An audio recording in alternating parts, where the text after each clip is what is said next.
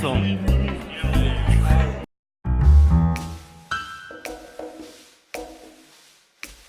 J'aimerais savoir sur quel sujet vous travaillez exactement.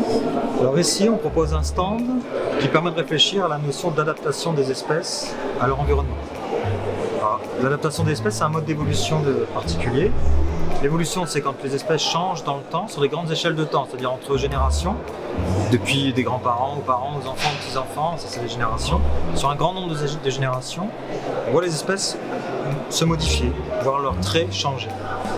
Et donc il y a plusieurs raisons pour lesquelles l'évolution peut se produire, et une des raisons, c'est l'adaptation au milieu, à l'environnement, c'est-à-dire évoluer vers des formes qui sont plus efficaces dans leur environnement.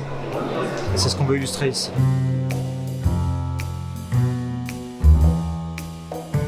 Est-ce que l'humain, il peut avoir un impact sur l'évolution de ces...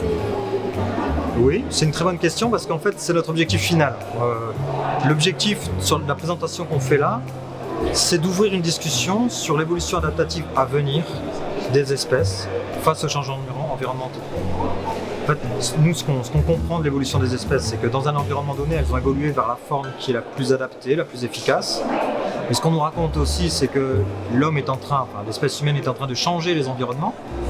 Donc ça doit vouloir dire qu'éventuellement, les espèces vont devoir se réadapter aux nouveaux environnements. Et donc pour essayer d'être capable de dire si elles vont s'adapter ou pas à l'avenir, on essaie de regarder à différentes échelles de temps comment elles l'ont fait par le passé. On propose deux exercices ici, deux ateliers. Un atelier qui est là, qui consiste à regarder des fossiles qui ont présenté des formes très variables et essayer de comprendre comment ces formes se sont mises en place. Ça concerne des organismes qui ont disparu. Et donc ça nous oblige à reconstruire leur histoire. C'est très utile pour reconstituer les environnements passés, mais en fait on reconstitue ces environnements par rapport à des suppositions qu'on fait avec les restes qu'on trouve. Donc toutes les parties et tous les organismes ne sont pas préservés. Ceux-là, on s'en est servi comme exemple, c'est les trilobites. Et ce qui est pratique avec cet organisme, c'est qu'en fait, il y a eu une très très grande diversité de formes. Là, par exemple, tu as la côte, où il y a la plage, et là, c'est plus vers l'océan. Et en fonction de l'endroit où il vivait, mais il avait différentes façons de se nourrir, de chasser, de se protéger.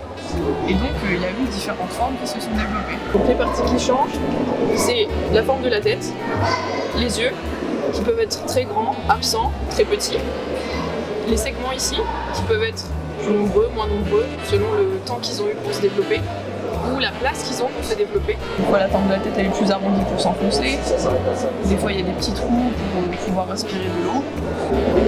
Donc par exemple, celui-là, on était dans des milieux où il y avait beaucoup de prédateurs, beaucoup de compétition pour la nourriture, et donc les segments se sont surdéveloppés pour créer des structures défensives. Celui-là, il vivait dans la colonne d'eau ici, donc il flottait un peu plus, et il avait des grands yeux pour pouvoir repérer les proies, mais aussi les prédateurs. Et il y avait beaucoup de lumière dans son environnement, donc c'est pareil, ses yeux étaient très utiles pour ça. Au contraire, tu peux avoir des profondeurs où la lumière n'arrive pas, ou même des espèces qui cherchent la nourriture dans le sol, et donc ils n'ont pas besoin d'yeux, ça fait comme les taupes. Donc les yeux sont très très diminués, donc là ils sont beaucoup plus petits par exemple, des fois totalement absents. Et donc c'est le type d'adaptation qu'il y a pu y avoir par rapport à cette espèce-là. Malgré sa diversité et on va dire sa robustesse aux changements climatiques et aux évolutions de la Terre, cette espèce qui existait entre le Cambrien, il y a 540 millions d'années, et le Permien, il y a 252 millions d'années, parce qu'il y a eu un réchauffement du climat, il y a eu des volcans qui sont entrés en éruption, ça a changé la chimie des océans, il y a eu moins d'oxygène, et malgré leurs adaptations, ils sont morts. Et donc ça a plein d'avantages et des limites.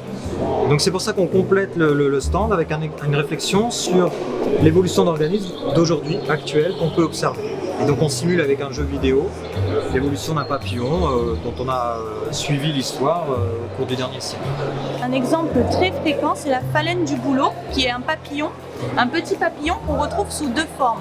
Soit une forme blanche, soit une forme noire.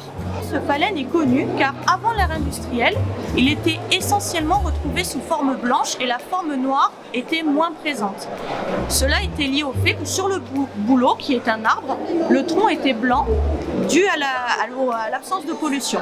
Mais avec l'ère industrielle, les troncs des bouleaux est devenu noir et ça a renversé la tendance. Les papillons blancs étaient plus facilement visibles par les prédateurs et survivaient moins que les papillons noirs qui du coup ont augmenté dans la population. Pour symboliser cette dynamique qui explique l'adaptation, on a mis au point un jeu sur Scratch qui est disponible en ligne. Le joueur clique pour essayer d'attraper les papillons comme s'il était un oiseau et on peut voir qu'en fonction de l'environnement dans lequel il est, les papillons qui sont attrapés ne sont pas les mêmes.